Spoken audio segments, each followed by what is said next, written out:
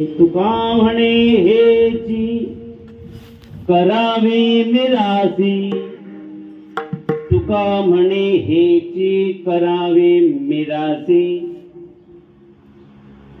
बळी संतापाशी द्यावा जीव, संतापाशी जीव बळी द्यावा, पूर्व पुण्य जरी होती सानुकूळ, अंतराय मूळ नुपदी तेथे पांडुरंगा करू प्रथम,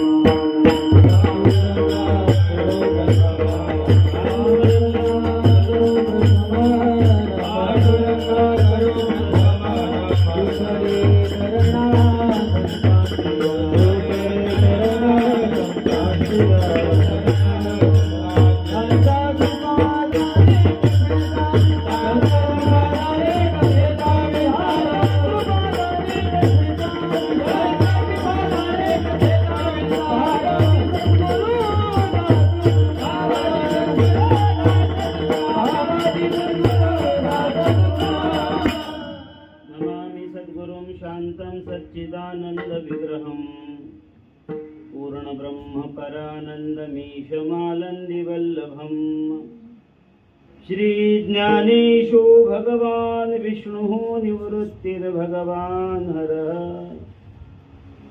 सोपानो भगवान ब्रह्मा मुक्ताख्या ब्रह्मचित्कला, नमो सद्गुरु तुकया ज्ञानदीपा, नमो सद्गुरु सच्चिदानंद रूपा, नमो सद्गुरु भक्त कल्याण मूर्ती, नमो सद्गुरु भास्करा पूर्ण कीर्ती, विठ्ठल विठ्ठल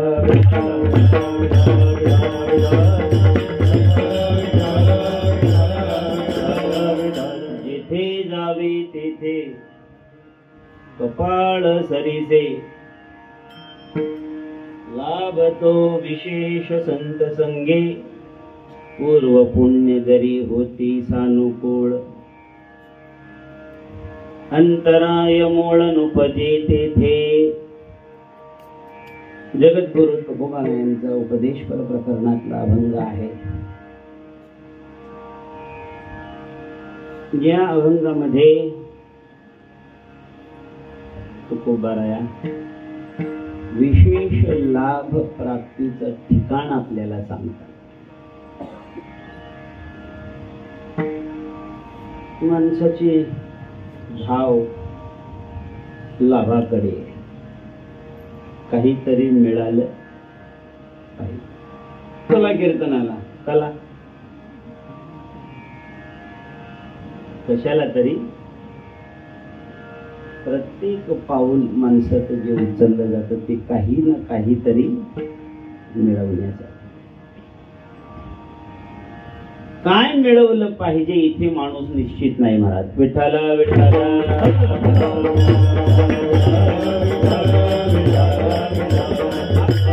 मिळवलं पाहिजे इथे निश्चित नाही माणूस दिसत. लाख सांगितलं तरी माणूस निश्चित नाही. त्याचं कारण या अभंगामध्ये. का असं करतो माणूस? माणूस 84 लक्ष योनीमध्ये स्वतःला शहाणा समजतो जरूर, पण मेंढर दंडराची पुढे खाई दिसल्यानंतर माघारी फिरतात महाराज, उड्या नाही टाकत. पण माणसाचं तसं नाही दिसत. त्याचं कारण काय? दुःखाची खाई समोर दिसल्यानंतर त्यानं माघारी फिरायला पाहिजे, फिरत नाही. का? त्याचं कारण तुकोबाराया या अभंगामध्ये सांगतात. कारण त्याचं कपाळ त्याच्या बरोबर असतं असं तुकोबाराया सांगतात. विठ्ठला विठ्ठला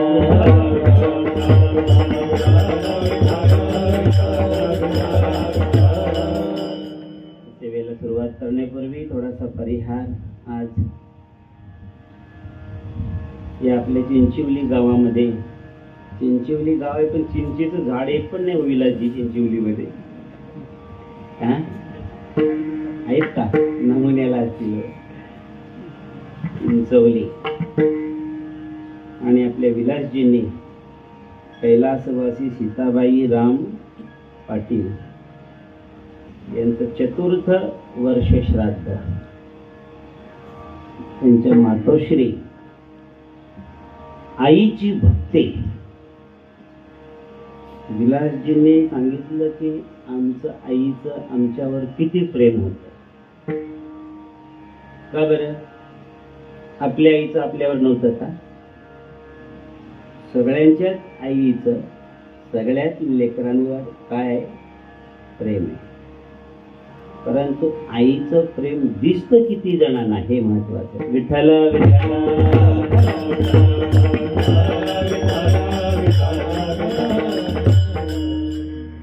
गर्भगोळू उद्यमाचे कवणाही नेणे ज्ञानोबा राहिले. जसा तो गर्भगोळ उद्योग करायला बघितलं तर आईच्या शिवाय त्याला काही दुसरं दिसतं का? दुनियाच नाही त्याची. आई हीच दुनिया आहे. पण कुठपर्यंत? गर्भात येतोपर्यंत. पण गर्भात असताना आणि गर्भातून बाहेर आल्यावर सुद्धा त्या आईला लेकराशिवाय दुसरी दुनिया आहे का? बोला. विठ्ठल विठ्ठल.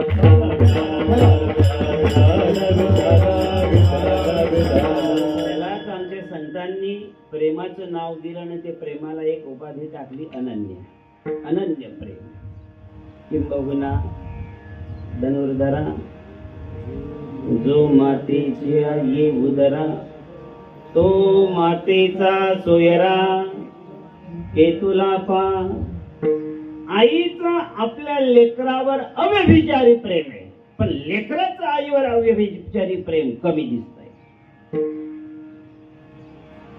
आणि या ठिकाणी विलासजींनी हा जो खटाटोप मांडलेला आहे, आपल्या आईसाठी हा कार्यक्रम आहे. बर हयात आईसाठी नाही, दिवंगत आईसाठी हा कार्यक्रम आहे.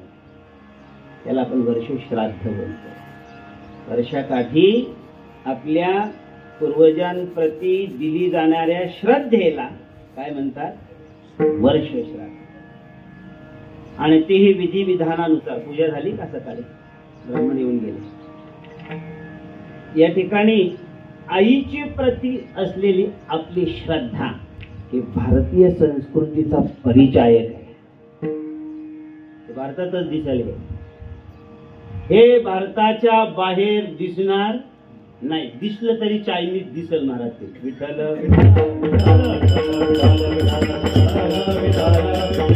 म्हणजे काय? चायनीज शब्दाचा अर्थ आहे डुप्लिकेट.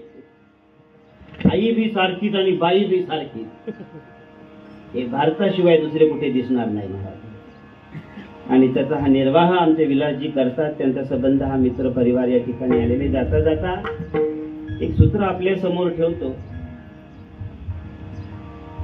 कनिष्ठा हा पुत्रवत पाल्या. हा विलासजी सगळ्यात मोठे तुम्हीच. 4 भाऊ. 3 कुठे? एक इथे. पकवाजा कोण आहे? पकवाजा आहे नाही. 3 धाकटे आणि तुम्ही मोठे. एक महत्वाचं म्हणजे उपनिषद प्रमाणे एक छोटीशी पंक्ती आपल्या समोर उदाहरणाला ठेवतो आणि परिहार पूर्ण करतो. कनिष्ठा हा पुत्रवत पाल्या भ्रात्रा ज्येष्ठेन निर्मला. असं एक शास्त्र वचन आहे. शास्त्राचं वचन असं आहे. आपल्या भारतीय संस्कृतीची गोष्ट बोलतो, कारण ही भारतातच बोलता येईल आपल्याला. तिकडे गेल्यावर कसं बोलता येईल? सीमा पार केल्यावर मारतील लोक आपल्याला. मारत हे इथं समजेलही आणि बोलावं आणि शास्त्रानं सांगितलंय. आणि ते छोट्या शास्त्रानं नाही सांगितलं, मोठ्या शास्त्रानं. उपनिषदाची पंक्ती आपल्या समोर बोलतो. विठ्ठल विठ्ठल.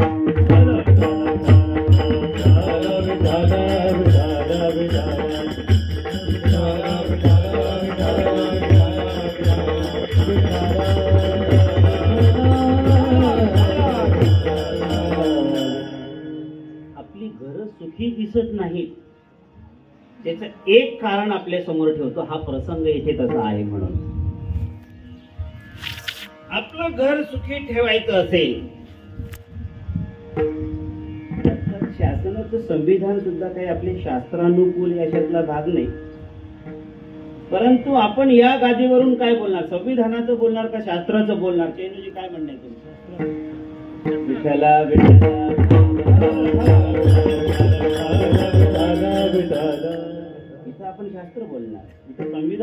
कसं चालेल? कारण संविधान काल झालंय आणि ज्यांनी संविधानं बनवली त्यांची पण काय उचल बांगडी झाली आपल्याला दिसत नाही का? त्याच्यामुळे आपण इथे जे बोलणार हे शास्त्राचं बोलणार. का शास्त्राचं बोलणार? कारण शास्त्राच्या वचनाला बाधा नाही. तुमच्या संविधानामध्ये तुम्हाला ऑप्शन ठेवावे लागतात. कालांतरानं हा नियम लागेलच असं नाही, बदलावं लागेल. बदलतात खिशात घालतात ते वेगळे, संविधानाचे नियम घातले जातात की नाही खिशात ते वेगळे आणि बदलावे लागणारे वेगळे. त्याच्यामुळे मानव जीवन संविधानाच्या आश्रयावर. आता हे जरा कठीण जाईल बोलू नको. देशाच्या विरोधात आपण नाही बोलू शकत, आपण देशभक्त आहोत. पण शास्त्राच्या आधारावर मानवी जीवन जगावं हे भारतात जन्माला आलेल्या माणसाला न सांगता मान्य असलेला नियम आहे. हा नियम सांगायची कोणाला गरज आहे? शास्त्र असं सांगतं महाराज. जी बाई कधी कपाचा कणाचा वाचलेलं नसतं ती सुद्धा बोलतं शास्त्रार. काय शास्त्रार बोलते ना ती? शास्त्रार क सांगत. आता कवा शास्त्रार वाचायला गेली बाबा? याचा अर्थ असा नाही. याचा अर्थ असा आहे तिला सुद्धा शास्त्रप्रमाण आहे, हा त्याचा अर्थ आहे. विठ्ठला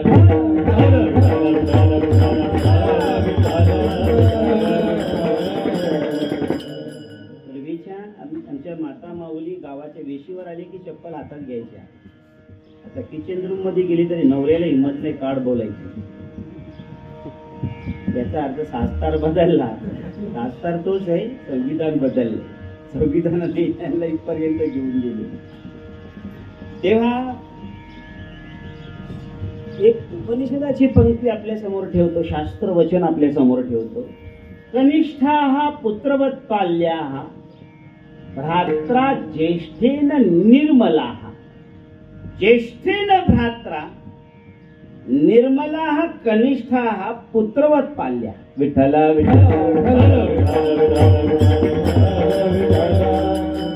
मोठा भाऊ ज्यांना खाली बसता येत असे त्यांनी कसा कीर्तनात खुर्चीवर थोडंसं कठीण जातं. असं तुम्ही म्हाताऱ्यांसारखी वागायला लागल्यावर म्हटल्यानंतर एक काय बाबा, याच्यासाठीच उद्धार असतात खरं म्हणजे.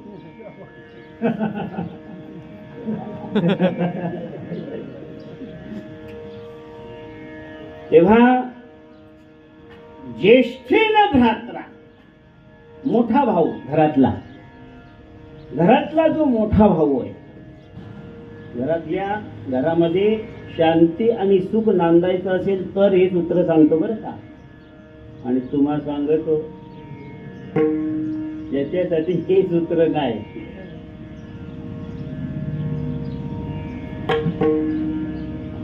कठीण जाईल आता काही पंक्ती. घरामध्ये वेगळे भाऊ होतात का नाही होतात?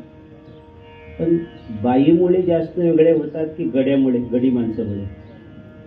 आणि तुम्ही नका बोलू, त्यांना बोलू द्या.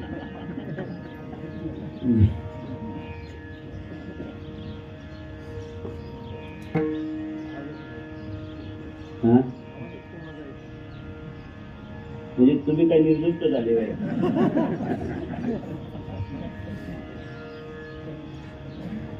ही पंक्ती लक्षात ठेवा, सगळ्यांनी लक्षात ठेवण्यासारखी. ज्येष्ठेन भ्रात्रा, जो ज्येष्ठ भाऊ आहे त्याच्याकडून, निर्मला कनिष्ठा, निर्मळ असलेले आपले छोटे भाऊ, पुत्रवत पाल्या. आहे का? मुलगा मानला पाहिजे. वडील भावाने बाकीच्या छोट्या भावांना मुलगा मानलं पाहिजे. आणि वडील मुलाची पत्नी तिला सुद्धा आपल्या छोट्या दिरांना काय मानलं पाहिजे? पुत्र मानलं पाहिजे. विठ्ठल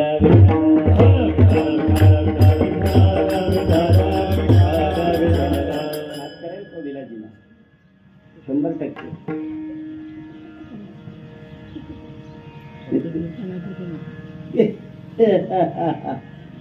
काय म्हणतात, कीर्तनापुरतं नको म्हणतात.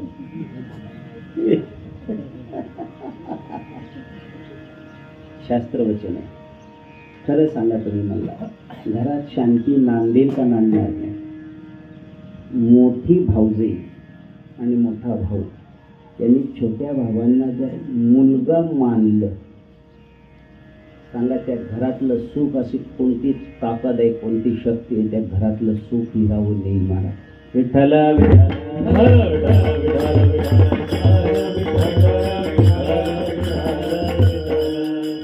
आमच्या विलासजींकडे हे दिसतंय आम्हाला, बरोबर आहे का छोटे भाऊ? बरोबर आहे का? उदाहरण घर एकत्रित बांधले त्याच्यावरून दिसतंय ना अरुणजी. हे लक्षात ठेवण्यासारख्या गोष्टी. त्याच्यामध्ये काय लपलेलं आहे? आता माझा कीर्तनाचा प्रतिपाद्य मुद्दा सगळ्याच्या सगळा दुसरा आहे, परंतु याच्यामधले रहस्य जेव्हा आपण उलगडायला घेऊ ना त्यावेळेला आपल्या लक्षात येते. यांचे इकडे पाठीमध्ये जागा समजली या इकडे या इकडे या बाबा या पुढे करा. हा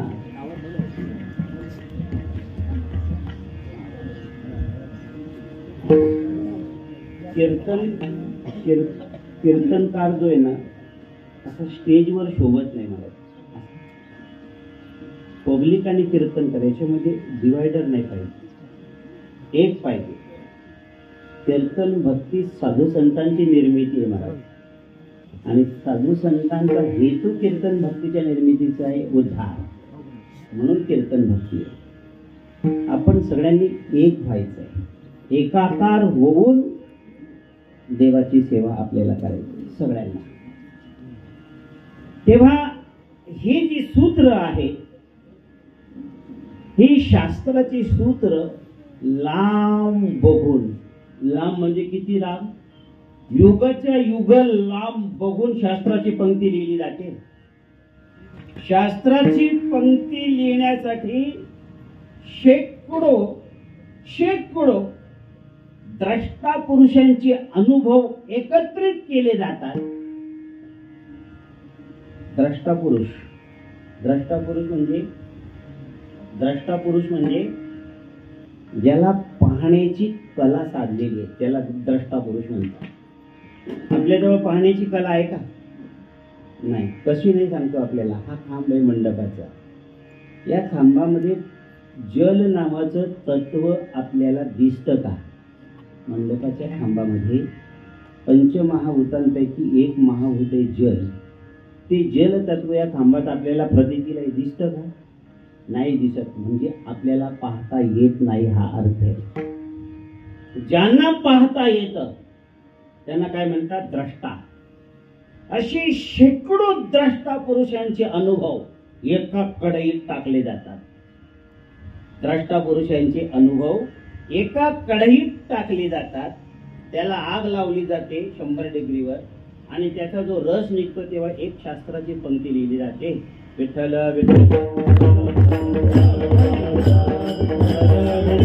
एक शास्त्राची पंक्ती या इथं बघून नाही लिहिली जात. युगानुयुग तिला बाध येत नाही, बाधा नाही, अमर होते शास्त्राची पंक्ती. त्याच्यामुळे अमर होते. आता ही जी पंक्ती तुमच्या समोर मी बोललो या पंक्तीला किती वर्षापूर्वी लिहिलंय आजपर्यंत कोणाला काळच सांगता आला नाही. तेव्हा ही पंक्ती लिहून ठेवलेली आहे. भ्रात्रा ज्येष्ठेन निर्मला कनिष्ठाः पुत्रवत् पाल्या भ्रात्रा ज्येष्ठेन निर्मला. आता ही पंक्ती एका सेकंदात तुमच्या समोर मी बोलून गेलो. हिला किती हजार वर्षांपूर्वी लिहिलेलं आहे हे कोणी सांगू शकत नाही. पण आज सुद्धा या पंक्तीचं औचित्य सांगा बघू नष्ट झालेलं आहे का? नाही बदलता येत महाराज. शास्त्राच्या पंक्ती बदलत नाही.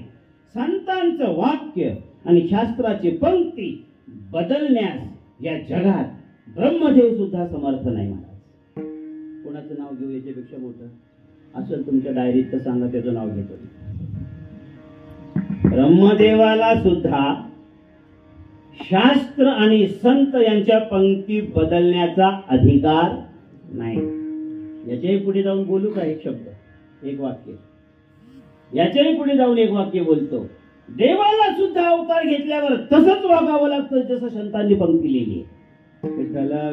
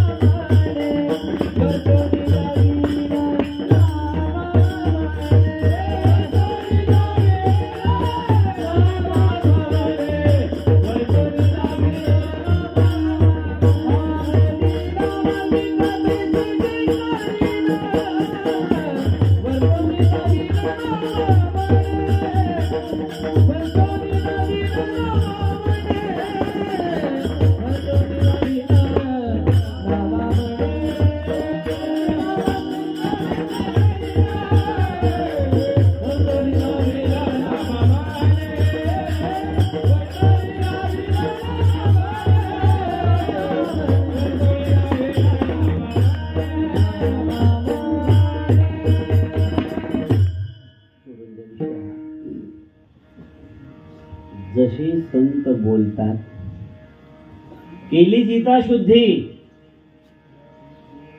मूळ रामायणा आधी. काय अर्थ होतो या पंक्तीचा?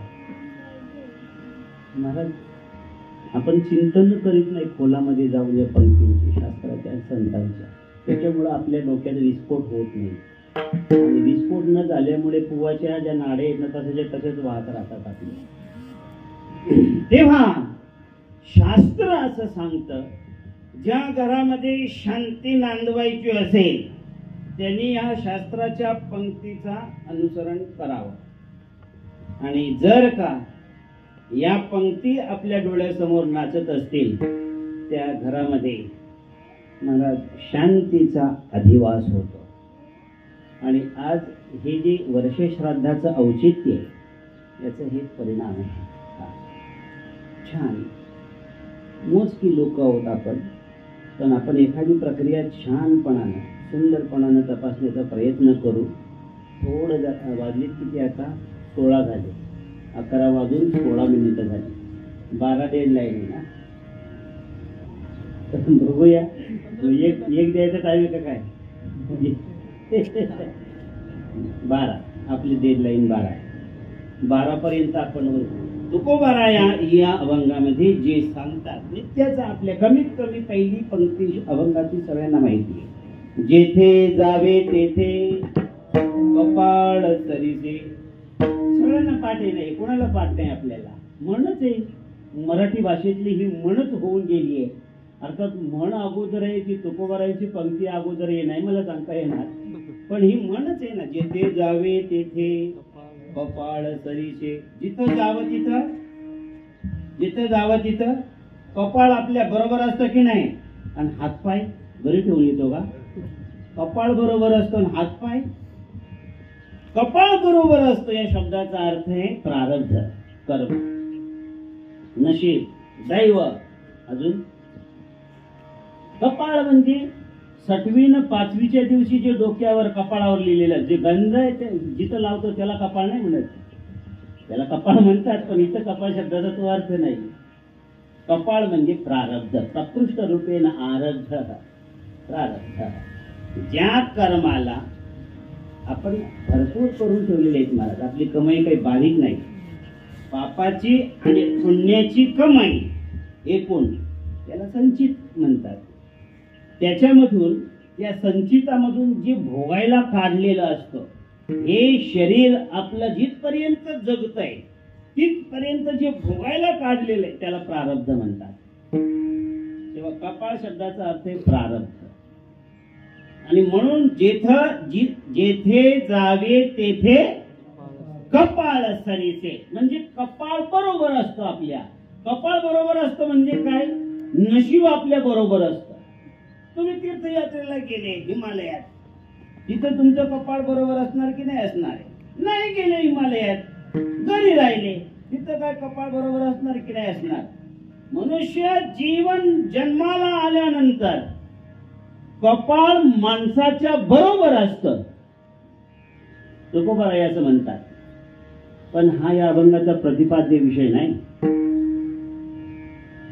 ज्या ज्या वेळेला हे अभंग आपण चिंतनाला घेतो त्या त्या वेळेला आपल्याला हे दिसतं, याच गोष्टीवर जास्त प्रकाश टाकण्याचा प्रयत्न केला जातो. पण हा अभंगाचा प्रतिपाद्य विषयच नाहीये. मुळे ही एक अभंगाची पूर्वपीठिका आहे. तुकोबारायांना काय म्हणायचंय हे जे म्हणायचं असतं आपल्याला त्याची भूमिका जेव्हा बांधली जाते, अशी ही भूमिका आहे. जेथे जावे तेथे कपाळ सरीसे. जिथं आपण जातो तिथं आपल्या बरोबर कपाळ असतं. हेच काय विशेष? हे काय विषय? हे हे हे हे तुकोबारायांना काय सांगायचंय?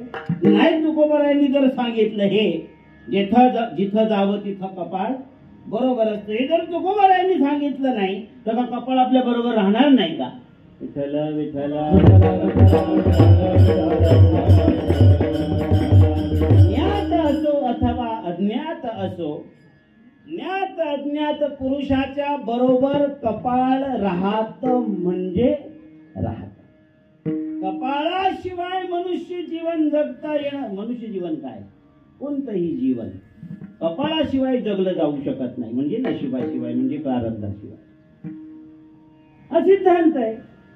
तुम्ही बोला अथवा नका बोलू, माना अथवा नका मानू तुम्ही, पण कपाळ माणसाच्या बरोबर असतं म्हणजे असतं. याला लिखितमपि ललाटे प्रोज्झितुम न कोपी शकता. कपाळावर लिहिलेला कोणालाही पुसता येत नाही.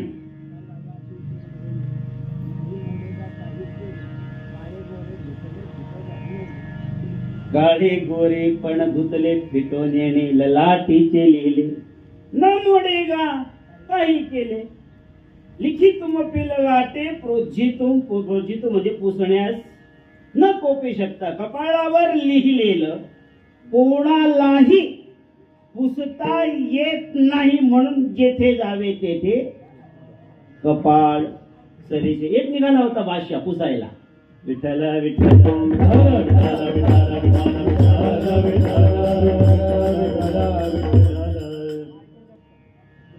जॅक्सन. अरे त्याचा बाप बोलतो मी.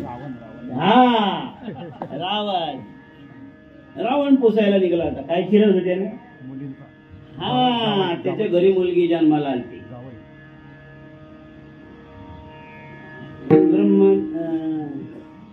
रावणाची सिक्युरिटी कशी म्हणतात माहितीये का?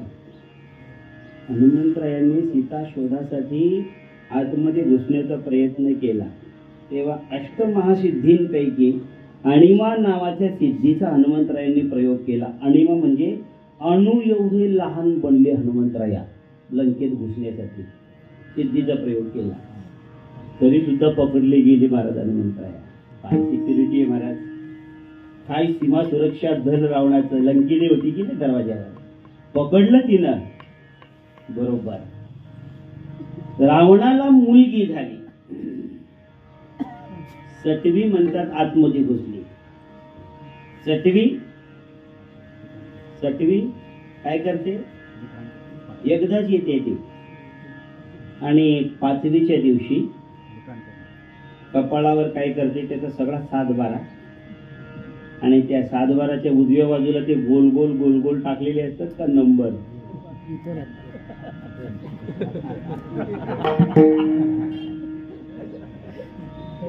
फेरफार नंबर. असा कुठला सातबारा आहे का त्याच्यामध्ये फेरफार नंबर नाही? म्हणून नसला तर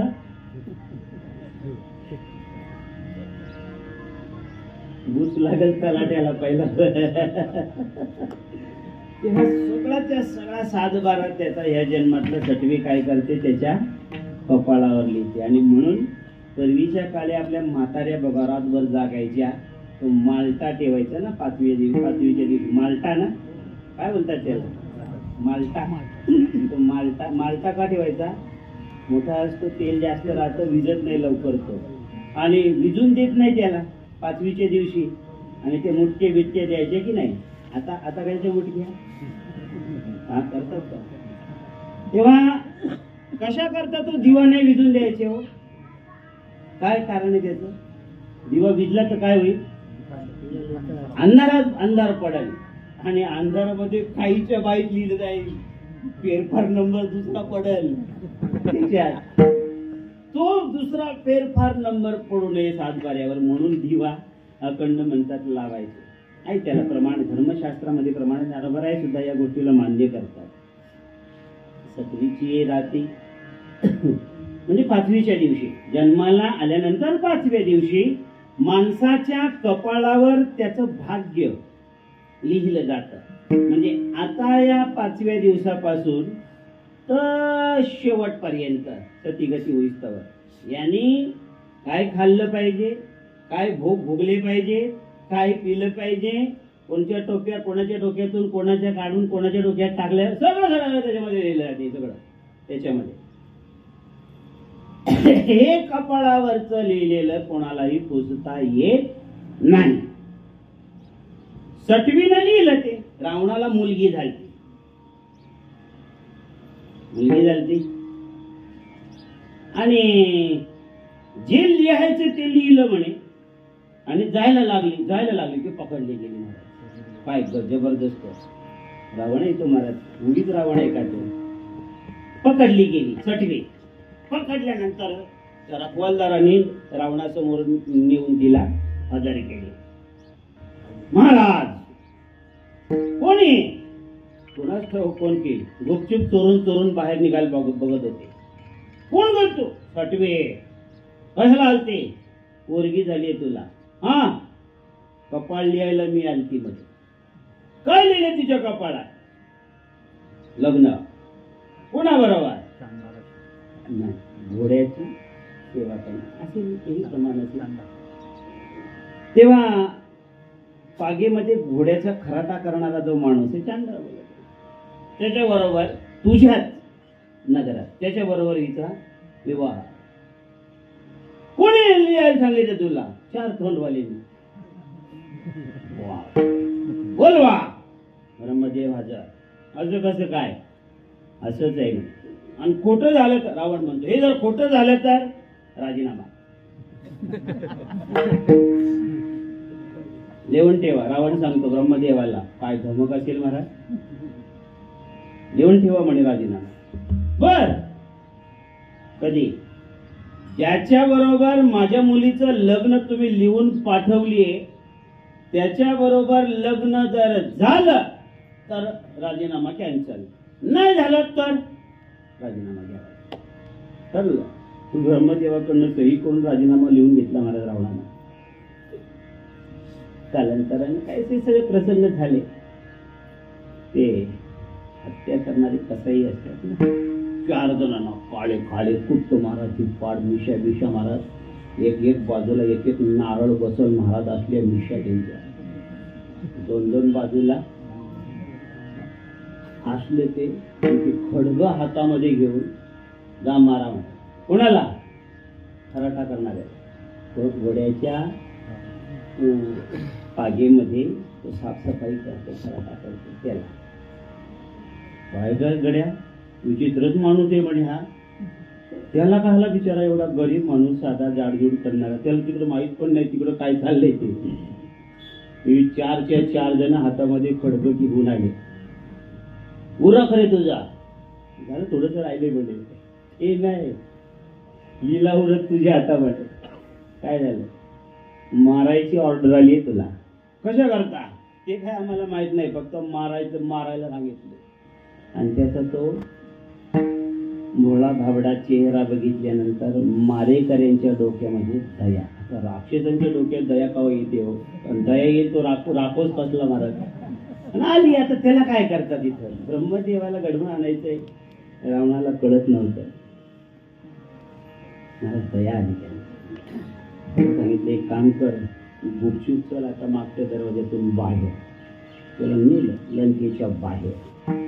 4 मारेकऱ्यांनी एखादा पशु मारला, त्याचे कपडे काढले, ते कपडे भोसक केले, एखाद्या पशुचा रक्त त्या कपड्यांना लावलं, ते कपडे रक्ताळलेले, आणि ते शस्त्र हत्यारं घेऊन मारेकरी परत आले. त्याला दिलं बोटीमध्ये, जहाजामध्ये पाण्याचे बसवून, जाय आता, हे जहाज तुला जिकडं नेईल तिकडं जाय, आता तू इथं राहू नको, तुला तडीपार ही शिक्षा, म्हणजे मृत्यूदंडाची शिक्षा तडीपारावर आणली. परदेशामध्ये गेला, बाजूच्या बेटामध्ये, तिकडेही कार्यक्रम चालू होता. सत्याचा नाही, राजा मेलता. आणि त्यावेळेला पद्धत होती, हत्तीच्या गळ्यामध्ये ती माळा द्यायची. ज्याच्या गळ्यामध्ये ही माळा पडेल तो राजा.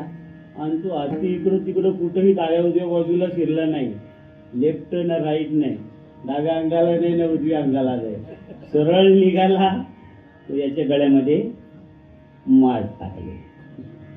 बघा, त्याला ब्रह्मज्ञानी म्हणतात बरं का. विठ्ठल विठ्ठल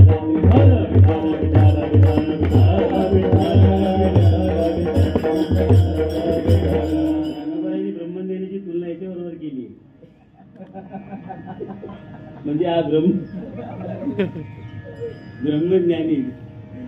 तेव्हा त्याच्या गळ्यामध्ये हत्तीनं माळ टाकली.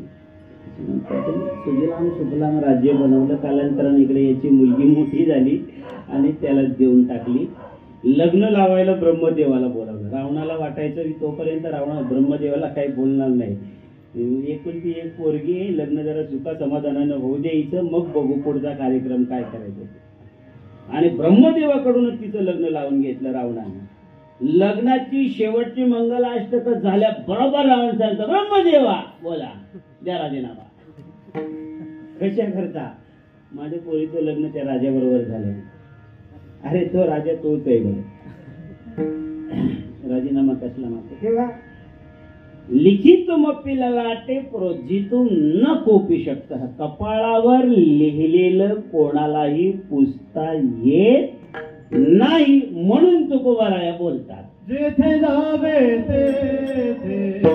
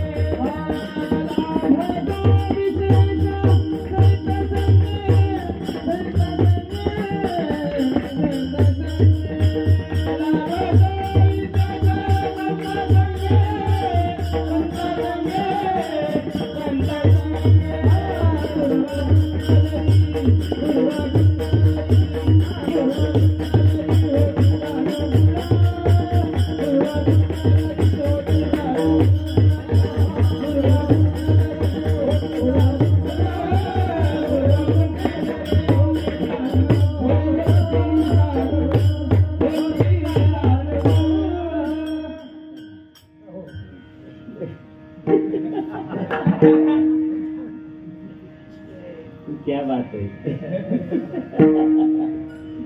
जेथे जावे तेथे कपाळ सरीसे, जेथे जावे तेथे कपाळ सरीसे. मगाशी बोलल्याप्रमाणे हा या अभंगाचा प्रतिपाद्य विषय नाही. जिथं जावं तिथं कपाळ म्हणजे नशीब, म्हणजे प्रारब्ध, म्हणजे दैव आपल्या बरोबर आहे. यात विशेषता नाही. पण तुकोबाराय आपल्याला हे सांगतात काय,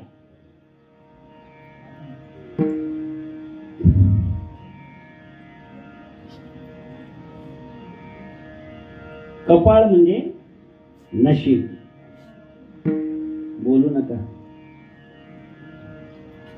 कपाळ म्हणजे नशीब. नशीब म्हणजे प्रकारे कर्म, प्रारब्ध कर्म. प्रारब्धानं मागितलं या पुढे या मागे आल्यावर पुढे कसं काय ना. पण बरं झालं मोक्याच्या वेळेला आले तुम्ही. आताशी सुरुवात होतो आपला विषय, इथून पुढे 2 तास. लक्ष द्या. आता मला एक सांगा, कर्म भोगल्यानंतर नष्ट होतात की राहतात? आपल्या वाट्याला एखादा भोग आला, उदाहरणार्थ आपल्याला ताप आला, म्हणजे इतका ताप आला की ताप 100 डिग्रीच्या वर गेला, 102 वर. कशामुळे ताप आला? पापाची म्हणा पुण्याची म्हणा फळं आपल्याला ही जी भोगावी लागतात. पुण्याचं फळ आहे सुख, पापाचं फळ आहे दुःख. हे भोगल्यानंतर कर्म नष्ट होत की राहत? कर्माची फल भोगल्यानंतर कर्म संपून जात की राहत? महाराज, किती गहन विषय. आपल्याला वाटतं एवढं सोपं, जेथे जावे तेथे कपाळ सरीसे. याचा अर्थ असा होतो, कर्माची फल भोगल्यानंतर कर्म नष्ट होतं महाराज. म्हणजे कर्म ही विनश्यती स्वरूपाचं आहे आणि कर्माचं फल सुद्धा विनश्यती स्वरूपाचं आहे, पण ते भोगावेच लागतात ना. म्हणून जेथे जावे तेथे कपाळ सरीसे. कर्म आपल्या वाट्याला, पूर्ण मनुष्य जीवन आपण कशाच्या जीवावर जगतो? आपण करून ठेवलेल्या कर्माच्या जीवावर. आपण लाख ठरवतो इलाजींसारखी मी पण 4 माळ्याची बिल्डिंग बांधणार. जमल का सगळ्यांना? नाही जमत. ह्या गोष्टी का जमत नाही? कर्मात नाही ना, जमल कसं? मग कधी कधी काय होतं, आपण एक शब्द बोलतो बघा मराठीमध्ये, देवान दिलं कर्मानं. देवानं दिलेलं सुद्धा कर्म नेऊ शकतं, इतकं सामर्थ्यवान आहे महाराज कर्म. सोपं समजू नका. कर्मामध्ये ही पावर आहे. एकदा का कर्मानं ठरवला की याला हा भोग द्यायचा. बऱ्याच वेळेला हे म्हटलं जातं की बुवा लोकांना कॅन्सर कशाला व्हायला पाहिजे. बरोबर आहे का? पण हे म्हणणं आता का कॅन्सरवर का बिना बुवांचीच लोकांची नावं लिहिलेली आहेत का? असं कसं जमेल? ते कर्माचं फल हे भोगून संपवावं लागतं. आणि एकदा का फल भोग झाला की कर्म सुद्धा नष्ट होतं आणि ते फल सुद्धा नष्ट होतं. आणि यालाच काय म्हणतात? विनश्यती स्वरूपाचा कर्माचा कायदा.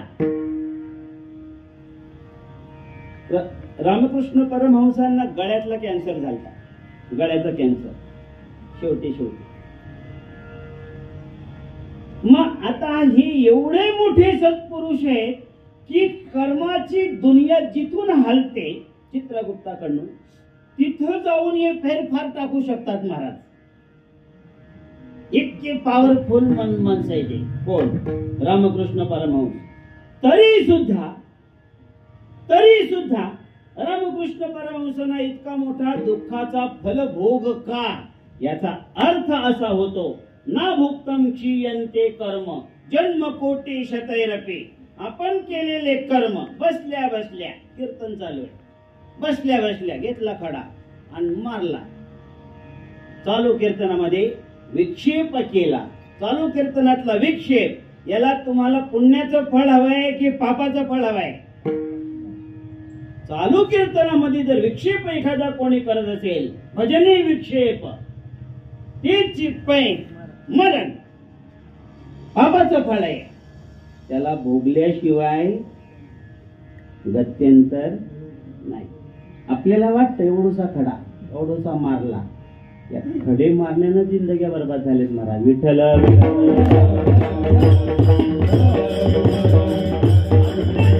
हे दिसायला एवढंच कर्म आहे, पण ते कर्म जोपर्यंत त्याला भोग देत नाही तोपर्यंत ते कर्म नष्ट होऊ शकत नाही. आणि त्या कर्माने एकदा का भोग दिला की ते फलही संपत. लक्ष ठेवा, कर्मानं दिलेला भोग दुःखाचा असो अथवा सुखाचा असो, तो भोग फलही संपतो आणि कर्मही संपून जातात. म्हणजे आपल्याला ही जी सुखाचे आणि दुःखाचे भोग मिळतात, याचं कारण कोण आहे? याचं कारण आहे कर्म, म्हणजे कपाळ. म्हणून जेथे जावे तेथे कपाळ सरीसे, याचा अर्थ असा होतो आपण जिथं कुठं जा, आपल्या कर्मानं आपल्या जिंदगीमध्ये जो भोग निश्चित केलेला आहे तो भोग आपल्याला भोगावाच लागेल. अशी तट्टा भल्या भल्याशी बेकार खेळायची महाराज. खेडका मदन केवळ पंचानन, धडक मारिले नारदा. बघून घ्या हे सगळं. आता आपल्याला वेळ नाही एवढं का, त्याला खेळायला बिळायला पण टाइम द्यायला लागेल. तेव्हा कर्माचा कायदा असा आहे की जो ज्यानं ते कर्म केलेले म्हणजे कर्माचा जो कर्ता आहे त्या कर्त्याला त्या कर्माचं फल भोग दिल्याशिवाय ते कर्म संपू शकत नाही. याला म्हणतात अभुक्तम कर्म न क्षीयते. अभुक्त म्हणजे न भोगता कर्म संपत नाही. भोग दिल्या वाचून कर्म संपत नाही. आणि भोग दिला, जे कर्म केलेले त्याचा भोग दिला की तो भोगही संपतो आणि कर्म सुद्धा संपून जातात. म्हणजे कर्म स्वरूपानं, फलाच्या दृष्टीनं आणि स्वरूपाच्या दृष्टीनं, दोनही दृष्टीनं नाशवान आहे. जेथे जावे तेथे कपाळ सरीसे. या कपाळाचं चाललंय यांचं मला कपाळ घेऊन चाललो. सगळ्यांनाच लागते हे. तुकोबाराय म्हणतात ना, जेथे जावे तेथे कपाळ सरीसे. मुद्दा आपला कसा आहे लक्षात येतो का बघा. एक छोटस काहीतरी चिंतन आपल्याला केलं पाहिजे. हा अभंगाचा प्रतिपाद्य मुद्दा नाही, पण तरी सुद्धा हा मुद्दा समजल्याशिवाय अभंग समजणार नाही. कर्म आपल्या भोग दिल्याशिवाय संपत नाही. म्हणजे भोग जो दिला जातो तो भोग आणि तो भोग द्यायला कारण असलेलं कर्म, हे दोनही भोग दिल्यानंतर नष्ट होतात. म्हणजे कर्माचं स्वरूप नष्ट होणार आहे, संपणार आहे, विनाशी आहे, जाणार आहे. विठ्ठला विठ्ठला भोग दिला रे दिला. त्या मुंगीला एवढासा साखरेचा दाणा सुद्धा तिच्या नशिबानं द्यावा लागतो, नाही तर नाही मिळत महाराज. तिच्या नशिबानं जर का तो साखरेचा दाणा दिला नाही तर तिला तो सुद्धा मिळणार नाही. म्हणजे मुंगीला साखरेचा दाणा मिळण्यासाठी सुद्धा तो भोग देण्यासाठी काय लागतात, तिच्या नशिबात लागतं. तिचं नशीब पाहिजे, तिचं दैव पाहिजे, तिचं कर्म पाहिजे, तिचं प्रारब्ध पाहिजे. म्हणजे तिचं प्रारब्धच तिला तो साखरेचा दाणा देणार. दरवाजात आलेल्या भिकाऱ्याला आम्ही देतो ते काय, त्याच्या नशिबातलंय. गर्व करू नका, तुमचं देणे नाही, त्याच्या नशिबातलंय. आणि म्हणून आपण म्हणतो दाने दाने पे लिखा है खाने वाले का नाम, जिस दाने पर खाने वाले का नाम लिखा है उसे तू कैसे दे सकता है भाई.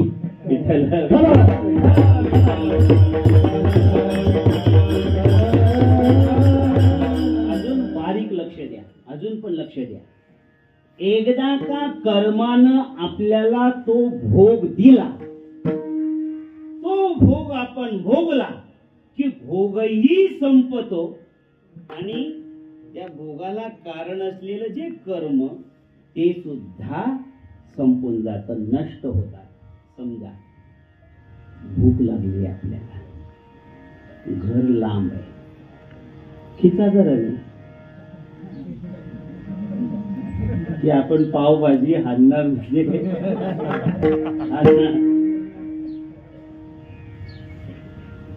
भूक लागल्यानंतर आपल्याला कशाचा भोग पाहिजे, भुकेचा, जेवणाचा भोग पाहिजे. भूक लागल्यानंतर भूक लागलेली आहे आणि त्याला दुसरा कोणता भोग चालेल, त्याला कुठला भोग चालेल, जेवणाचा भोगच चालेल ना, दुसरा भोग कसा चालेल. तेव्हा जेवणाचा भोग त्याला मिळाला, याच्याजवळ पैसे नाही पण त्याच्याजवळ होते ना. पण त्याच्या नशिबात त्या जेवणावर त्याचं नाव लिहिलेलं होतं, त्याच्यामुळे ते त्याला मिळाला.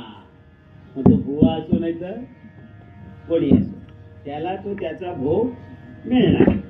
मिळाल्यानंतर जीवन हा भोग आहे. कशाचा? भुकेचा. जेवण हा भोग भोगल्यानंतर जेवण तसंच्या तसंच राहील का जेवण संपून जाईल? म्हणजे भोग नष्ट होतो आणि तो भोग मिळायला त्याचा जो प्रारब्ध कर्म, ते कर्म सुद्धा आता शिल्लक राहतील पुन्हा भोग द्यायला की संपून जातील? संपून जातील. म्हणजे कर्मही संपलं आणि कर्माचा भोगही संपला. आता कर्म आणि कर्माचा भोग, हे जे कर्मभोग आहेत हे स्वरूपानं विनाशी स्वरूपाचे आहेत का अविनाशी स्वरूपाचे? म्हणजे नष्ट होणार आहे की कायम राहणार आहे? विठ्ठल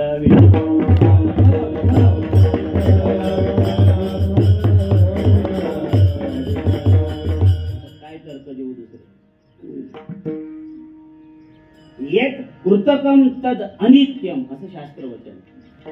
म्हणजे जे केलं जातं ते कधी ना कधी संपणार, संपलं जातं.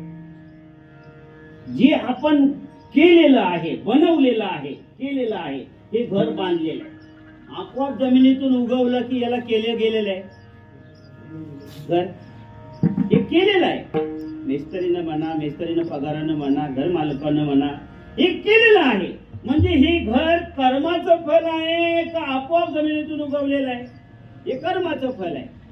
यात कृतकम जे केलं जातं तद अनित्यम, ते नेहमी अनित्य असतं, ते नित्य राहत नाही. संपणार म्हणजे संपणार, विनाशी स्वरूप आहे त्याचं. जे जे जे जे जे जे जे जे कर्म फल असतात ते ते ते ते ते ते संपणारे असतात. कर्मापासून उत्पन्न झालेली वस्तू संपणार म्हणजे संपणार, ती कोणतीही वस्तू असते. कर्मानं उत्पन्न केलेली वस्तू संपणार. असं एखादं उदाहरण देऊ शकता का तुम्ही जी कर्मानं केली आहे आणि ती कधीच न संपणारी आहे? एक उदाहरण असं मिळेल का? एक उदाहरण. निवडून यायचं असेल तुम्हाला 5 वर्षासाठी, निवडून यायचंय, मेहनत करावी लागेल का फुकट मिळेल? मेहनत करून निवडून येईना, फुकट कसं मिळेल महाराज? मग हे मेहनत केल्यानंतर 5 वर्षासाठी गादी मिळाली. बोलतो ना 5 वर्षासाठी, 6वं मागितलं तर मिळेल का? म्हणजे कर्मानं केलेली वस्तू ही नाशवान स्वरूपाची असते, अनित्य असते. यालाच म्हणतात यद कृतकम तद अनित्यम. जे जे जे जे जे जे कर्म आपण करतो ते ते ते ते ते ते आपल्याला भोगायला येतात आणि भोग दिल्यानंतर संपून जातात. यालाच म्हणतात जेथे जावे तेथे कपाळ सरीसे. त्याच्यात विशेष काय? तुकोबाराय म्हणतात हेच तर सांगतो मी, त्याच्यात काहीच विशेष नाही. विशेष कशामध्ये आहे? लाभतो विशेष संत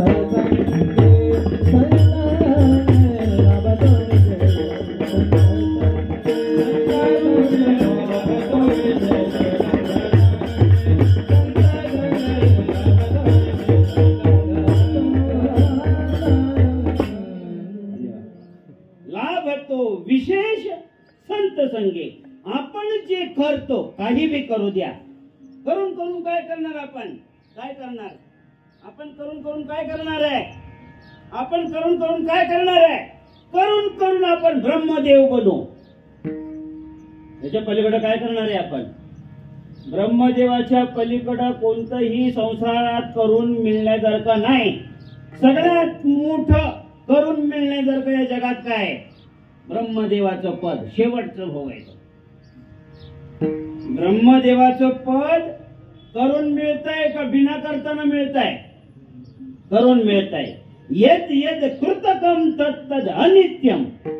जे जे जे जे काय करून करून करणार आहे आपण, आणि जे करून मिळवणार आहे ते नष्ट होणार आहे, संपणार आहे.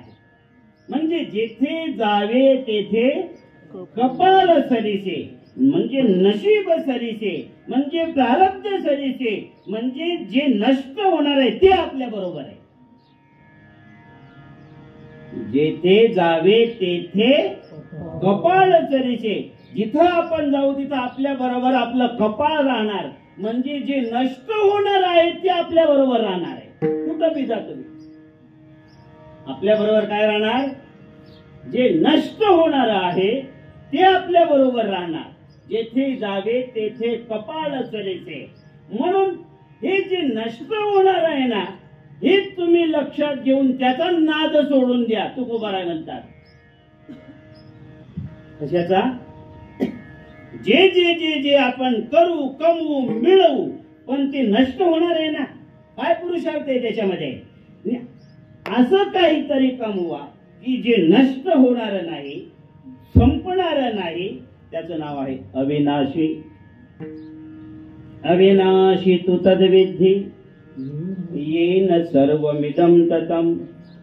विनाशमव्ययस्यास्य न कश्चित् कर्तुमर्हति. कश्चिदपि एतस्य विनाशः कर्तुं न अर्हति. विठ्ठला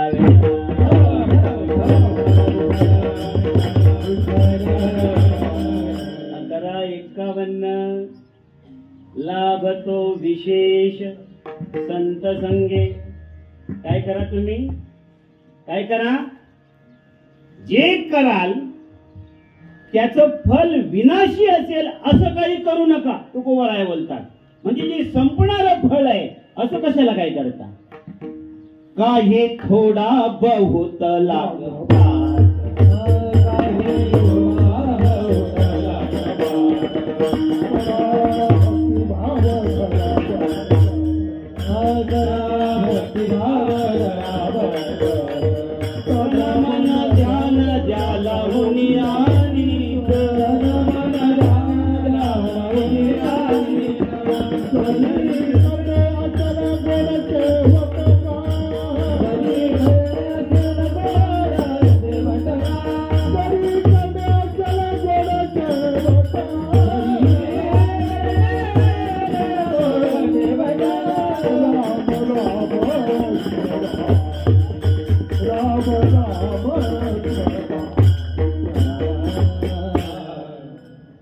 काही थोडा बहुत लागपाठ. लागपाठ करा. थोडा करा नाही तर बहुत करा, पण हा करा. असं करा की जे केल्यानं आपल्याला मिळेल ते संपणार नसेल असं करा. तुकोबाराय बोलतात. हे करून काय फायदा कपाळाचं? कारण जेथे जावे तेथे कपाळ सरीचे. नष्ट होणार पदरात पडतंय. त्याच्यापेक्षा विशेष सांगतो तुम्हाला. लाभतो विशेष संत संगे. संतांची संगती धरा. अरे बापरे, काय नवीनच सांगायला लागलाय बुवा तुम्ही. संतांच्या संगतीचं मिळणारं फल अविनाशी आहे का विनाशी आहे? संत दर्शनी आला व पद्मनाभ जोडला. संत दर्शनी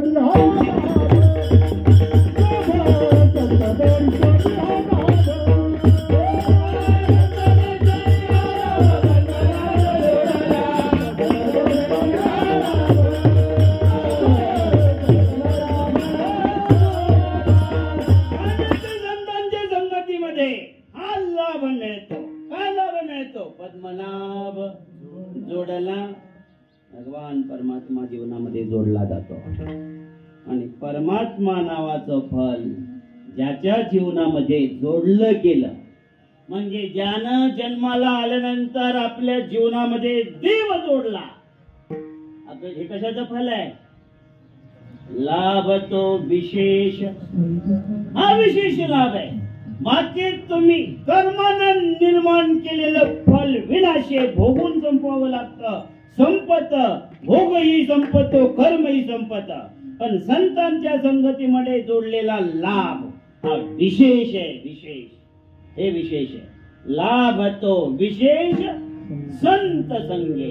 संतांच्या संगतीनं मिळणारा लाभ त्याचं नाव आहे देव जोडला जातो. आणि मनुष्य जन्माला येऊन ज्यानं देव जोडला त्याचा मनुष्य जन्म सफल झाला. नरदेह दुर्लभ शतवर्षाची गणना, त्यामध्ये दुःख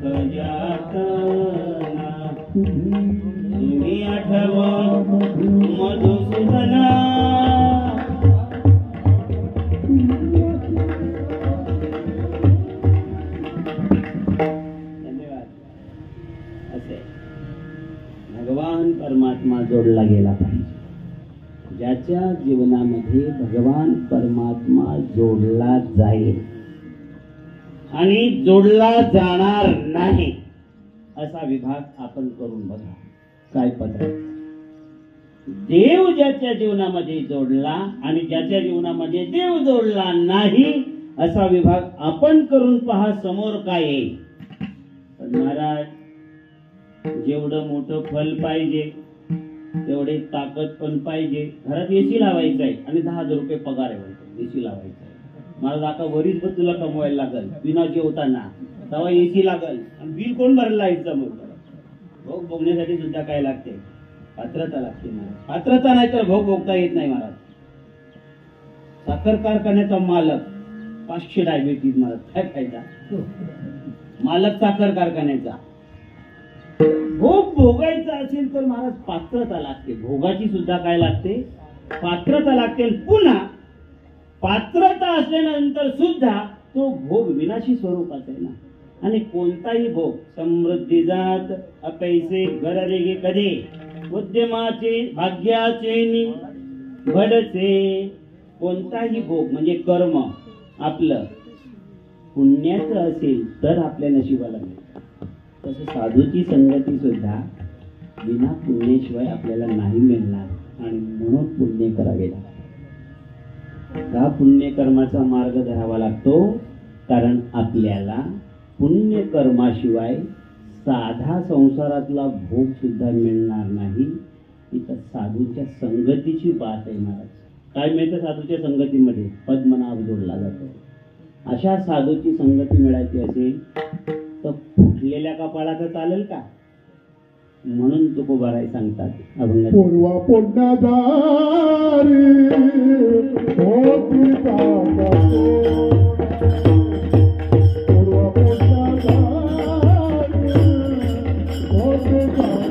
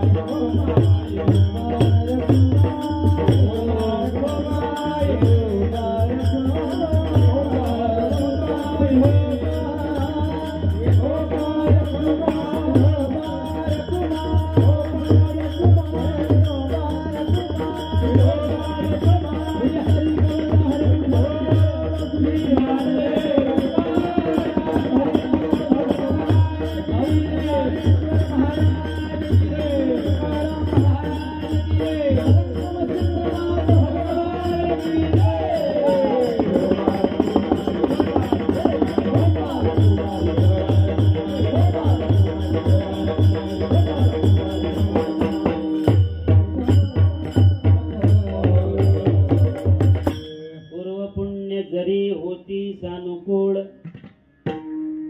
पूर्वीचं पुण्य पदरात आपल्याला जर सानुकूळ अनुकूल असतील, अनुकूलेन सहितम, अनुकूल असतील, पूर्व पुण्य लागतात महाराज. देव जोडायला नाही, साधू शिवाय जर देव जोडला जात असेल, साधूच्या आशीर्वादाशिवाय, साधूच्या ज्ञानाशिवाय, संगतीशिवाय जर देव जोडला जात असेल तर तो देव देव नाही, तो अंगात आलेला भूत असेल. तो देव असू शकत नाही. हा वारकरी संप्रदायानं जगाला सिद्धांत दिला महाराज. आणि वारकरी संप्रदायाकडे हा सिद्धांत कुठून आला? बगल पुराणातून आला. वारकरी संप्रदायानं हा सिद्धांत आपल्या हातात कोणाकडनं दिला? ही परंपरा आहे, नाथांची परंपरा. नाथांनी वारकरी संप्रदायाला जे दिलं, वारकरी संप्रदाय हा खरा नाथांचा उत्तराधिकारी आहे. आपल्याला हा उहापोह करायचा नाही, आपल्याला एक काम करायचं आहे. आपण 12 वाजलेत आपले, आपण संपूया. पण जाता जाता काही मुद्द्याचं बोलूया आपण. हा विलासजीने एक खटाटोप आपल्या समोर मांडलेला आहे. आपल्या आईचं वर्षश्राद्ध, हे वर्षश्राद्ध करायचं आहे. पण मी सांगू का आपल्याला कशासाठी करतो हे वर्षश्राद्ध? आपण आपल्या आईला सद्गती मिळावी का दुसऱ्या कशासाठी? आता एवढ्या लोकांना अन्नदान आहे, अन्नदान आहे की नाही? अन्नालातून टाकले का? टाकले. ही आचारी लोक नाही, बनवायच्याच कसा म्हणतात. या आश्रमावर शिकवतो आम्ही कसं बनवतात ते. पण नैवेद्यासाठी शक्यतोवर कांदा लसूणाचं जेवण नसावं. ऐकत नाही तुम्ही लोक.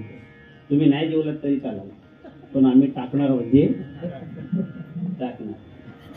असं नका करू. आपल्याला फल पदरात पडलं पाहिजे का फल नकोय पदरात? फल पदरात पडलं पाहिजे आपल्याला. आणि यासाठी काही नियमांचं पालन करावं. आतापर्यंत आपल्यासमोर हे विषय ठेवलेले नाही, किंवा ठेवले तरी त्याचा आपण स्वीकार केलेला नाही, म्हणून आपल्यासमोर हे विषय ठेवतो.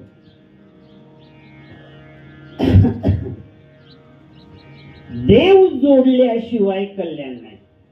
सूत्र आहे. कल्याण कशाने विकत घेता येत नाही. कल्याण होण्यासाठी देव जोडावाच लागेल. आणि देव कधी जोडला जातो? 11वा श्रीपती कोणत्या पंथे? संतांचे येणे पंथे देव जोडावा. आणि संतांनी सांगितलेल्या रस्त्यातून जर का देव हस्तगत झाला, हाताशी आला, तर 100% ते कल्याण कोणीही बाधू शकत नाही, बाधा करू शकत नाही. आता आपण एकत्रित या ठिकाणी कशासाठी आलेलो आहे? विलासजींची आई ती आपली सगळ्यांची आई. बरोबर का चूक? किती हळूच बोलतात बघा, जोरदार बोला ना. बरोबर आहे. विलासजींची आई ती आपली सगळ्यांची आई. तिला सद्गती मिळाली पाहिजे ही कामना. आता विलासजींनी तर लिहायला लिहिलेलं असलं. कै कै म्हणजे काय?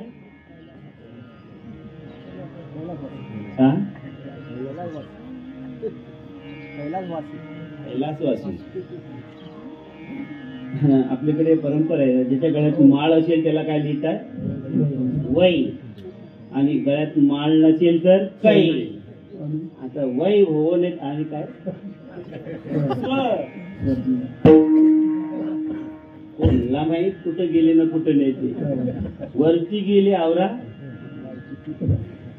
पण एक लक्षात ठेवा, हे झाले अंदाज पंचे दाहोदाशे. पण याच्या पाठीमागचा एक शास्त्रीय मुद्दा आपल्याला घ्यायचा. विलासजी आणि त्यांचे सगळे बंधू आपल्याला एका धरावा लागेल. ज्या आईनं आपल्याला 9 महिने आपल्या गर्भात वागवलं आणि ते वागवत असताना तिला काय कष्ट सहन करावे लागले असतील. एक तर गुरुला कळतं शिष्याचा उद्धार झाल्यानंतर किती आनंद होतो. एक तर मुलाचं कल्याण झाल्यानंतर आईला कळतं, तिसऱ्याला कळत नाही असं ज्ञानोबा राय बोलतात. हे तिसऱ्याला कळत नाही. आणि अशा आईसाठी आपल्याला वेचायचंय काय? तिची सद्गती झाली पाहिजे. ती जर का अशा कुठल्या आपल्या कर्माच्या बळावर, कारण मगाशी विषय झाला कर्माचं फल हे भोगूनच संपवावं लागतं, तिच्या कर्मबलानं ती अशा दुःखाच्या ठिकाणी जर गेलेली असेल, जाणार नाही का? कर्म फल भोग बलवत्तर असेल तर दुःखाच्या ठिकाणी जाणार नाही का आपले पूर्वज? जाणार. आणि दुःख योनी जी आहे ती या निरर्थका तरी नव्हती. जरी विषयावरी विरक्ती धरिती जीव, ज्ञानोबराय बोलतात, जाणार. परंतु ती दुःखाच्या ठिकाणी जरी गेलेली असेल तरी तिला आता कर्माचा अधिकार नाही म्हणून ती काही करू शकत नाही. पण आम्ही तिच्या पोटातून जन्म घेतलाय, आम्ही कर्म असे करणार. नर करणी करेसो नरका नारायण बन जाता है.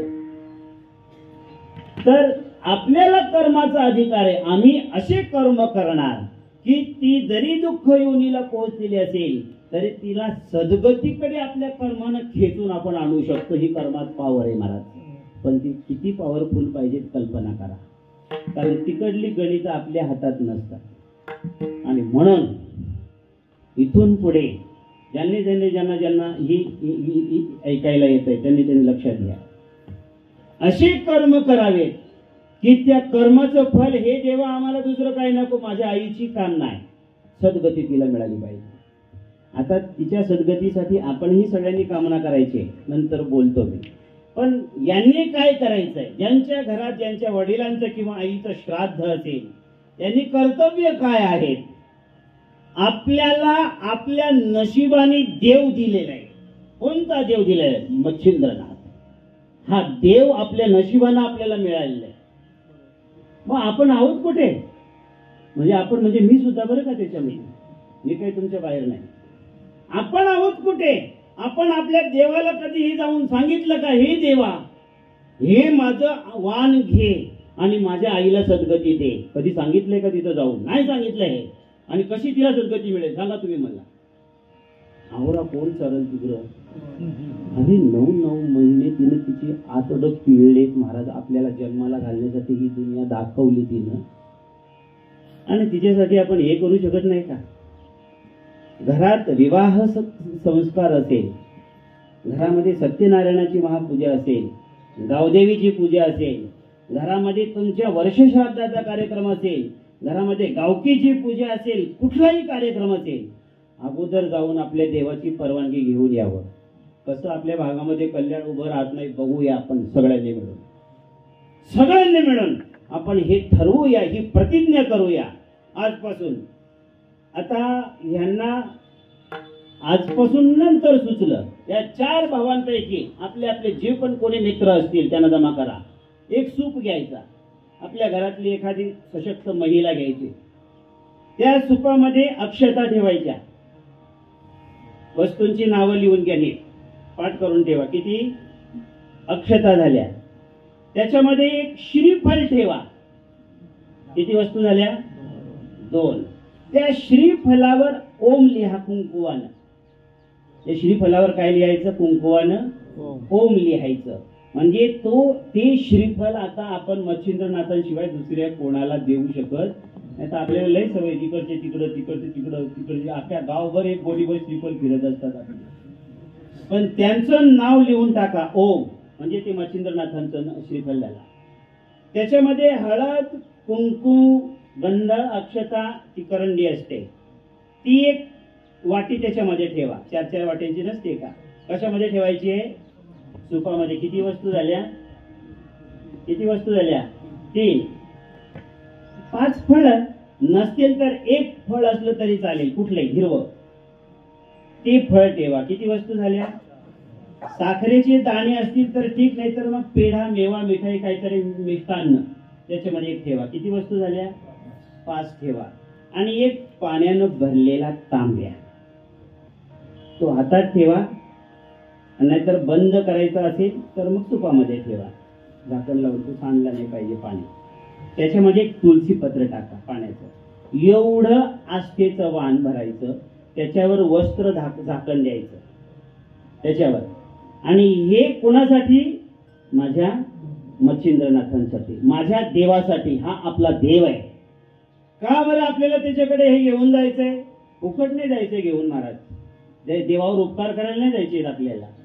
देवाकडनं आपल्याला हे मागायचंय, हे देवा आम्ही साधी भाले भोळी माणसं, आम्हाला शास्त्र माहिती नाही, विधी माहिती नाही, कर्माचरण माहिती नाही, यज्ञ माहिती नाही, आहुती माहिती नाही, परंतु आमच्या आस्थेचं, आमच्या श्रद्धेचं हे वाण आम्ही आपल्या पायावर आणलेलं आहे.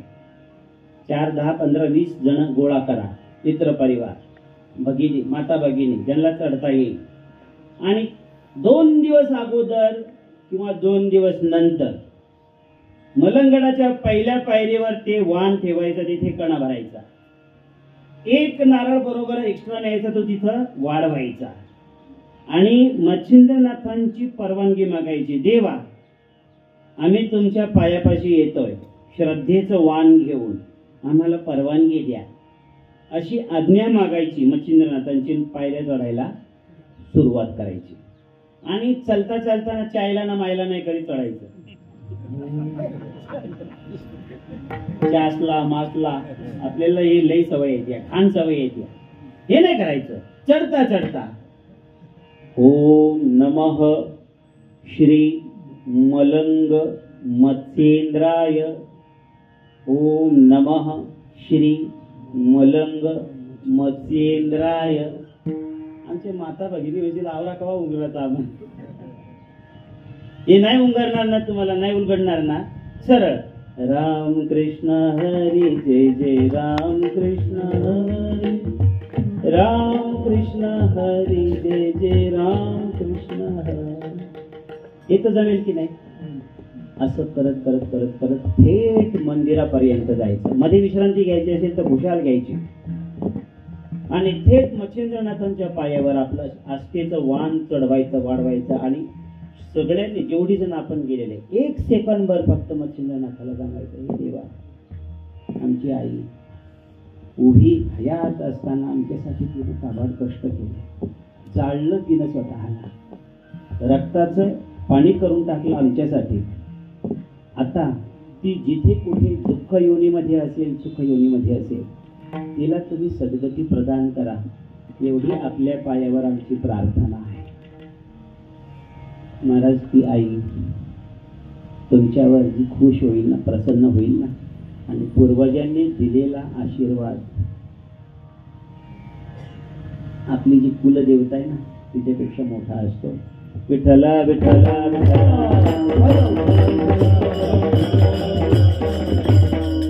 वेळ संपले म्हणून काय माझ्याकडे आता जास्त सिद्ध करायला आपल्या समोर हनुमंतरायाने इंद्राची गळपाटी धरली होती, तुम्हाला माहिती नाही. वय वर्ष 6. किती वर्षाचे होते हनुमंतराया? 6 वर्षाचे. 6व्या वर्षामध्ये हनुमंतरायांची आई माता अंजनी ही स्वर्गातली अप्सरा होती. ठरलेल्या कायद्याप्रमाणे तिला 6व्या वर्षी हनुमंतराया 6 वर्षाचे असताना इंद्र घेऊन गेला आणि इंद्राला सांगितलं, माझी आई मला तोडते. ती पावर आहे महाराज आस्थेमध्ये इंद्राला द्यावी लागली, अंजनी मातेला द्यावी लागली. ती पावर आहे महाराज आस्थेची आणि ह्या पावरचा, आपल्या श्रद्धेचा उपयोग करायचा. आणि एक दिवस आपल्या आईसाठी का देऊ शकत नाही का आपण? आणि नसतील देव ते हिंदू धर्मात जन्माला कशाला आलो? मग या मातीत जन्माला आलो आपण, ही उतराई होण्यासाठी आपण आलेलो आहोत. असं करावं, असं करा, असं आपण करूया. असं करा म्हणण्यापेक्षा आपण असं करूया.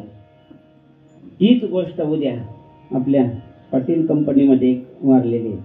10वा झाल्यानंतर सुतक फिटतं, 10वा झाल्यानंतर सुतक राहत नाही. 10वा झाल्यानंतर आणि 13वा व्हायच्या आत हेच आस्थेचं वाण जर का आपण आपल्या देवापर्यंत पोहोचवलं ना, काय मला सद्गती. या आपल्या संबंध परिसराला, हा संबंध परिसर माझा आहे आणि म्हणून आम्ही हिमालयाकडनं परत. महाराज खरं सांगतो, हे कीर्तन वगैरे हे आमचं हे बजेटमध्ये नव्हतं वारी साहेब. हे मला हे बंद करायचं होतं. हे सगळं स्वामीजींनी येऊन जबरदस्ती केली म्हणून हे सगळं कटाटोप चाललंय. आणि त्यामुळे आता हे कर्तव्य आहेत आपलं सगळ्यांचं. आपला भाग, आपला हा परिसर, सगळा परिसर हा सुजलाम सुफलाम होणार. पण आपण देवापासून दूर झालो महाराज. दुसरं कोण वाचवेल हो आपल्याला? देवासारखा आपल्याला दुसरा कोण वाचवेल? आणि आपला देव. आतापासून आपण काय करूया, आपल्या पत्रिकांवर सगळ्यात अगोदर श्री मलंग मत्स्येंद्राय नमः, श्री मलंग मत्स्येंद्राय नमः, हे आमचं टायटल आहे, हे आमचं ब्रीद वाक्य आहे, हे आमचं आज नाव आहे. शपथ घेऊया आपण आज. आपण जेव्हा ही पत्रिका लिहू त्या सगळ्यांच्या पत्रिकेवर सगळ्यात अगोदर आपला देव पाहिजे आणि देवाच्या आशीर्वादाखाली आपण पाहिजे, आपला परिवार पाहिजे. देवाच्या आशीर्वादाच्या बाहेर नको. आपल्या भागाला देवाचा आशीर्वाद मिळालाच पाहिजे अशी आम्ही शपथ घेतली महाराज. हा भाग देवाच्या आशीर्वादाखाली यावा आणि देवाने जर का आपल्याला आशीर्वाद दिला, बस झाले. आता मासे खाऊन आपण जितके पाप कमवले, आता हे धुवून काढायची वेळ आलेली आहे. हे जर धुवून काढायचं असेल आपल्याला, तर हे आचरण आपण केलंच पाहिजे. यासाठी ह्या महत्वाच्या पहिली सूचना, मच्छिंद्रनाथ भगवंताच्या पायावर घेऊन जाणारा वान, त्याला काय नाव दिलं आपण? आस्थेचं वान, श्रद्धेचं वान. नंबर 2, आपल्या सगळ्या पत्रिका खैऱ्या बांड्या कशा असतील जशा तशा ज्याला छापता येतात, जो कार्यक्रम असेल त्या कार्यक्रमावर टायटल सूट काय पाहिजे? ओम श्री मलंग मत्स्येंद्राय नमः, हा टायटल सूट पाहिजे प्रत्येकाच्या पत्रिकेवर. आणि मच्छिंद्रनाथांची एक प्रतिमा, हा टायटल सूट झाला. तिसरी महत्वाची गोष्ट आहे, आपल्या डोक्यातून हे निघालेले आहेत ना, कधी कधी मी रागवणार बरं का, शिव्या पण देणार तुम्हाला, सोडणार नाही मी. आणि यासाठी आता विराजी वाईट नका वाटून घेऊ, एक गोष्ट बोलतो आपल्या समोर.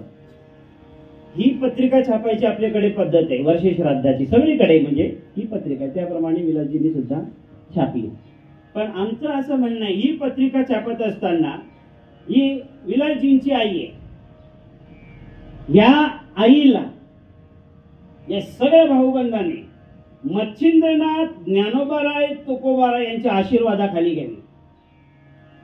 या आईला त्यांचा आशीर्वाद पाहिजे, असा आशीर्वादाचा हात दाखवा, येऊ द्या आशीर्वादाच्या हाताखाली. आणि आपणच आपल्या आईला जर का संतांच्या आशीर्वादाखाली आणली, संतांच्या आशीर्वादाखाली, तर सांगा बघू मला कल्याण तिचं होणार का नाही होणार? मच्छिंद्रनाथांचा, पांडुरंगाचा आशीर्वाद, ज्ञानोबाराय आणि तुकोबाराय यांचा आशीर्वाद, या आशीर्वादाखाली आणा आणि मग ती छापा प्रतिमा. तुम्ही तुमची पत्रिका कोणी फेकून देऊ शकत नाही. बरोबर आहे का चूक आहे? अशा पद्धतीने आपण या पत्रिका छापूया. आणि आता उठाव धरायचा आहे आपल्याला सगळ्यांना मिळून, हा उठाव धरायचा आहे. तो बाता करून होणार नाही महाराज, हे करावं लागेल. हा उठाव धरावा लागेल. आणि अशा प्रकारे आपला दिवंगत झालेले जे पितर आहे त्यांना आपण ह्यात आहोत, आपण माता भगिनी बंधू वर्ग सगळ्यांनी मच्छिंद्रनाथांच्या आजपासून आशीर्वादाच्या छायेखाली येऊया. आणि हे मच्छिंद्रनाथा, हा आमचा जो सबंध प्रभाग आहे, या सबंध प्रभागाला, कोकण प्रांताला आपल्या आशीर्वादाची नितांत गरज आहे.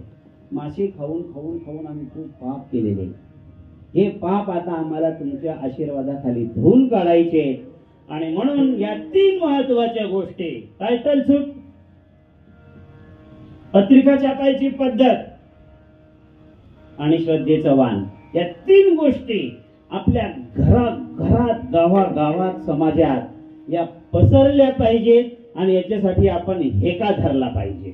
या गोष्टी जर आपल्याकडनं नीट झाल्या, आता हे करावं लागेल विलाजी तुम्हाला. फुकट आम्ही इथं बोंबलायचं आणि तुम्ही आपलं अजूनही जमणार.